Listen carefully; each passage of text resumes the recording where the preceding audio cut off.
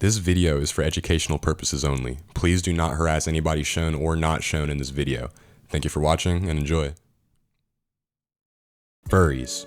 According to furscience.com, a furry is a person with an interest in anthropomorphic animals. Think Zootopia or Lion King, for instance, where animal characters are personified with human emotions and characteristics like walking on 2 feet, talking, or wearing clothes. And with furries comes the furry fandom, a community of artists, musicians, cosplayers, and just fans in general that come together and share their interest in anthropomorphic animal characters, whether it be online or within in-person meetups or conventions. These interests are expressed in a variety of different ways, with the most notable being fursonas.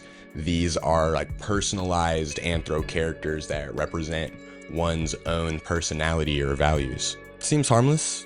And despite this, the furry community has a controversial placement in popular culture due to the aberrant nature of the fandom, as well as certain incidents within the community becoming mainstream representations of the community. Because so little is actually known about this group of people outside of their circle, they often receive a lot of hatred and backlash due to the misrepresentation of the community, with several different cases of real-world physical violence playing out, alongside thousands of instances of cyberbullying and trolling within online spaces. Is this controversy justified? Of course, violence and bullying are never justified. But are furries really as taboo as pop culture makes them out to be? Do these people really believe that they're animals, or is being a furry just a hobby that harbors a non-judgmental and inclusive community? Well, me and my friend Jaden went and found out.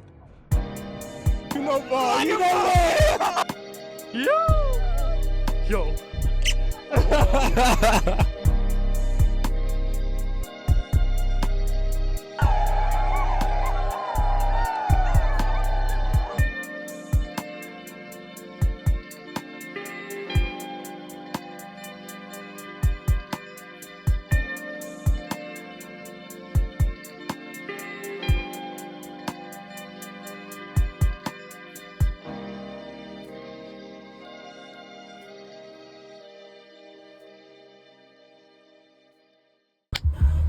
Alright guys, we are at Kiwanis Park. We're here, for 1 minute until we take off. And so we're just gonna register, we have our IDs, we're gonna go in there, we're gonna be proper with it, and then we've got our towels, we're gonna post up, and we'll move forward from there. Let's get it. I'm not even gonna lie, both Jaden and I were terrified sitting in that car, waiting to get out. We thought we were gonna get like ostracized or something. We had never done anything like this before, and so we were a little bit worried, but eventually though we did get out of the car and line up for registration, and we actually got to talk to somebody before we even got into the event. Who am I here with? London. How old are you? I'm 15. How long have you been a furry? I'm new to this. You're new to this? I'm new to this game. Okay. I don't know ball. Alongside London, we also spoke to 4 other people, 3 of which being the organizers of the event. Am I here with? Sunny. How old are you? I'm 19 years old. Kit. How old are you? 17. Dakota. How old are you? 16. And the last being another attendee. Who am I here with? My name's Cairo, but I'm also called Marsh. How old are you? I'm 19 years old. And how long have you been a furry? I've been a furry since I was 11 and I'm 19, so 8 years. And how long have you been a furry? About maybe almost 10 years. Oh, so dang, okay. How long have you been a furry? Since elementary school, I would say about 4th to 5th grade. I'm actually not a furry. I'm a kimono mimi, which just means I just like to wear ears and tails. I just think they're cute. I got into it in December of last year, so it's only been 7-ish months, but I've been having a lot of fun doing it. It's been a short time, but it's been a good thing. What drew you to the furry community? I really like the idea of like cat girls and cat boys, and I don't know, just the whole gotcha life. I'm gonna say gotcha life. I've always had like an interest towards like anthropomorphic animals, like, you know, like Zootopia. I loved Zootopia growing up. Like all those like furry movies I was really like. When I was online at a really young age and I saw furries, I was like, oh my god, like I love this. I like the, to be honest, I like the characters that people make. It all started like around elementary, like I said. People were always drawing these furries, anthropomorphic animals. It was just something I'm into because I love to draw and I love art, and I've been a self-taught artist since my whole life, like since I was a baby. So, you know, it's been quite a journey. Definitely Disney animated movies when I was a child. Was there any particular movie that got you into, like, really got you into it? If I could think of anything, it would be Courage. You know, Courage the Cowardly Dog? Yes. He's definitely more of my influence to being a furry because he was really funny and it's like I wanted to be him in a way, you know. What does being a furry mean for you? It's just to have fun. I'm more sociable when I'm in a mask, and so it helps a bit more. Are you openly a furry? Yes. Like everybody you know knows. Everybody knows. I tell everybody. I don't care. Are you openly a Mimi? Yeah, I'd say so. I mean, I post on TikTok as open as it can get. I feel like most of my friends know. My friends are here, actually. Like, my friends that I go to school with are here. My mom knows. I'm pretty open about it, yeah. Are you openly a furry? Yes, I am. Like everybody you know knows? Yeah, and they're supportive, so that's good. Oh yeah, like my distant family knows, like somewhat. I have an account and it's public, and I tell my friends that I'm a furry. But if I was meeting someone new, I wouldn't tell them until I know that they're okay with furries in the first place. Yeah. Yeah. Have you gotten any backlash when you've told people about you being a furry? At first, my friend only told me, oh, if you use the Chinese fursuits, it's okay. But if you like the American ones, it's bad. I'm like, what are you talking about? I'm just curious to know, like, why that's even a problem. I mean, do you even know why they would say something like that? No, I would not know. I think it's just because they're not into the furry fandom. Them just saying that because they're like, oh, it's better if it's in Asia. It's kind of a race thing. That clearly just goes to show they don't know what they're talking about. Yeah, exactly. But luckily, a few years later, they're open to like all furries now. But at the time, it was really confusing to talk about. Have you received any backlash from any family or friends? Nope, they just think I'm just a creative person, and they really are open and supportive to any hobbies that I have. And as long as it makes me happy, then they're happy. My mom thought it was weird at first, but then she got used to it because I've been making friends a lot. My distant family, like my aunts and my uncles, thought it was pretty weird, but my mom explained to them that like I just host events and like everybody is friendly and like gets together and everybody's happy. Only online. When you get outside in the real world, people are just like, oh, okay. And they either compliment you or look at you maybe a little bit funny, but I haven't really gotten that. I've worn my stuff at malls, movie theaters, and no one's really cared, because if you see something you don't like, people in real life will just go, I don't really like that. But on the internet, people are prone to be more mean because they can be. So really just online is where I get the most backlash. What is your fursona species? I'm a fox. Why did you pick that species? Because I see foxes as like very fiery. You know, I ended up with pointy ears. Yeah. They're sly, and I like the movie Fantastic Mr. Fox. So You know ball.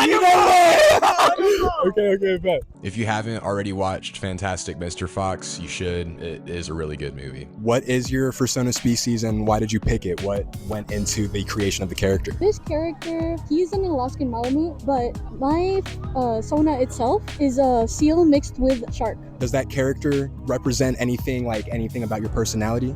Yeah, I'm pretty sure like he represents my favorite colors, my vibrancy, my happiness. It definitely works that way for me.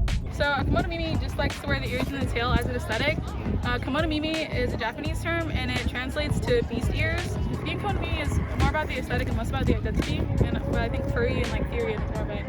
Is Coda your species or fursona name? Yeah. How did you come up with your fursona? Well, I got him at the pre-made, so I didn't really design him, but the name is inspired off of like Kodiak bears because they're like scary. Yeah. And I feel like he would be kind of scary, so. Did you like apply some sort of personality trait of yourself into Coda? Does he represent you in any type of way? I would say he's kind of who I want to be. He's like a big tough man, and I want to be a big tough man too, you know. Why did you pick your species, your fursona? I really love cats, but tigers are just essentially big cats, right? Why have a small cat when you can have a big cat, you know? I really love tigers and how they are in personality and everything like that. Yeah, does the tiger resonate with you in any type of way, like your identity or personality? Sort of. I have my own battles and they've left scars on my body, so I feel like the stripes kind of represent me. It's more of embracing myself and my body and everything like that. If me and Jaden we're furries, what species would we be? I'm thinking Jaden as an otter and maybe a giraffe. Giraffe? Okay. Yeah, I mean, I'm tall. You never see any giraffe furries. You would be a tiger. A tiger. Yeah. What about Jaden? Jaden, a wolf. A wolf. I'm gravitating towards Pomeranian for you. Okay. And for your friends, it's giving Chihuahua maybe? Chihuahua? Yeah. Some form of deer or reindeer. That's fire. Give me the camera, Jaden. Jaden, guys. Arctic fox. You would be an otter. You'd totally be an otter. I feel like you would be, I don't know what you would be. You'd be something really niche. Like you'd be a niche animal. Like a niche cool one, yeah. I was told I was an Arctic fox. Yes, I agree with that. Do you have any questions for us? Do you have anything you'd like to say? Happy, joy. This is so fun. All right, Coda, thank you so much. We're loving the event right now. Everyone's been super cool. I love that you guys are hosting events like this where people can just get together and know other members in the community. Thank you so much. I really appreciate that. Of course, thank you so much. Any questions you may have for us? Not really. I just feel like being a furry is more of self-expression and taking your drawing to life. And I think that is a beautiful concept in itself. Just be nice to people. No matter what they're doing, if you don't like it, you don't have to be their friend, but you also don't have to be mean. They say that being kind costs nothing. And they also say that being evil costs nothing too, but I think that if you're going to spread anything, it should be kindness while you're here. The furry community is just like, it's full of inclusive people. And everyone here is mostly good, other than, the ones that are on the dark side, but every community has that.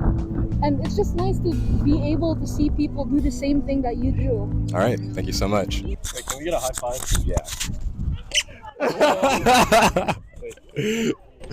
After all the interviews, Jaden and I just kind of hung out for the rest of the time. We got to meet and know a bunch of really cool people, took some pictures, and just interacted with the attendees there. We ended up having a really good time, and after getting to experience what it's like to participate in the furry community firsthand, I can say that a lot of what you hear about online is misleading and dramatized. Now, of course, there have been plenty of notorious cases within the furry community that are pretty disgusting. Feel free to do your own research in that regard, but these are all nuanced cases. They aren't a good representation of what the community is, and any furry will tell you that the community as a whole does not include or associate with these people.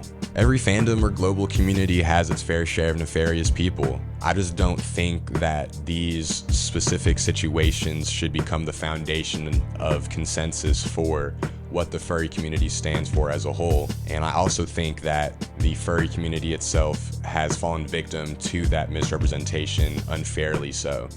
Ultimately, I think the furry community is really cool. I appreciate the inclusivity of it and its inherent lack of judgment. I like the creativity that comes out of the community, and I like how people just play around with their identities and create these characters as little representations of themselves. There's nothing wrong with that, and there are plenty of cultures all over the world where people dress up as animals and create alternative personas. I think of, various indigenous groups and foreign traditions all over the world where these costumes were used for religious or ceremonial purposes. And while the furry community certainly isn't that, I just think that goes to show how relatively normal the furry fandom is in its purest form.